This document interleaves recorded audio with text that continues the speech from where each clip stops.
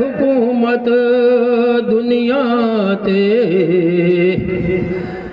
مہمان مدینے والے دا۔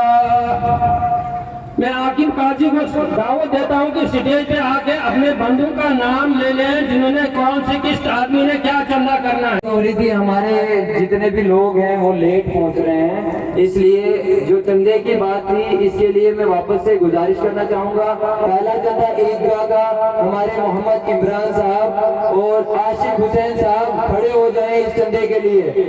دوسرا مسجد شریف کا جو چندہ ہے عبد الواحد صاحب اور ہمارے فیاض خان صاحب۔ تیسرا جو امام صاحب کا چندہ ہے عبد الکبیر صاحب اور سید مستان صاحب۔ اس کے بعد جو عید فطرانے کا چندہ ہے لطیف صاحب اور چودھری اجمل صاحب۔ اپنے اپنے نام اگر آپ سب حضرات نے سن لیں تو اپنی اپنی لائن میں آگے آ کے چندے کی شروعات کیجئے جلدی۔ اس بچے کو کہنے پہ بٹھایا اور باقی بچے دیکھتے ہوئے یہ کہہ رہے ہیں کاش ہمارا ماں باپ بھی جنگ میں شہید ہو گئے ہوتے، آج کے دن ہم بھی محمد الرسول اللہ صلی اللہ علیہ وسلم کے کہنے پہ سواری کرتے کہ کاش ہمارے ماں باپ بھی شہید ہو چکے ہوتے اور آج کے دن ہم بھی محمد الرسول اللہ صلی اللہ علیہ وسلم کے کہنے پہ سواری کرتے۔ اور نبی کریم صلی اللہ علیہ وسلم نے خطبہ دیا، اے لوگوں سنو، عید کا مقصد کیا ہے، عید کس لیے منائی جاتی ہے؟ عید رمضان المبارک کی اختتام میں خوشی کا دن ہوتا ہے، اس لیے اس کو عید الفطر یا عید الاضحیٰ کہا جاتا ہے۔ اور عید کے دن ہمیں دیکھنا ہے کہ کہیں ایسا بچہ تو نہیں کہ جس کے تن پہ کپڑا نہ ہو اور وہ آج ہمارے لیے بد دعائیں کرے، ہماری عبادت ضائع ہو جائے۔ کیونکہ دنیا میں رہتے ہوئے انسان نے اگر آخرت کو پانا ہے، اگر آخرت میں جنت کو پانا ہے تو دنیا میں رہ کر ہمیں دو چیزوں کا خیال کرنا ہوگا۔ کتنی چیزوں کا؟ دو چیزوں کا خیال کرنا ہوگا۔ کون کون سی؟ نمبر ایک حقوق اللہ، حقوق اللہ یعنی اللہ کے حقوق، اور نمبر دو حقوق العباد یعنی ایک بندے کے دوسرے بندے کے اوپر حقوق ہیں، کچھ حق ہیں، ان کو ادا کرنا ہے۔ جو شخص حقوق اللہ اور حقوق العباد کو اچھے طریقے سے اپناتا ہے تو وہ جا کے آخرت میں کامیاب ہو جائے گا، ورنہ آخرت میں اس کو خسارے والی زندگی ملے گی۔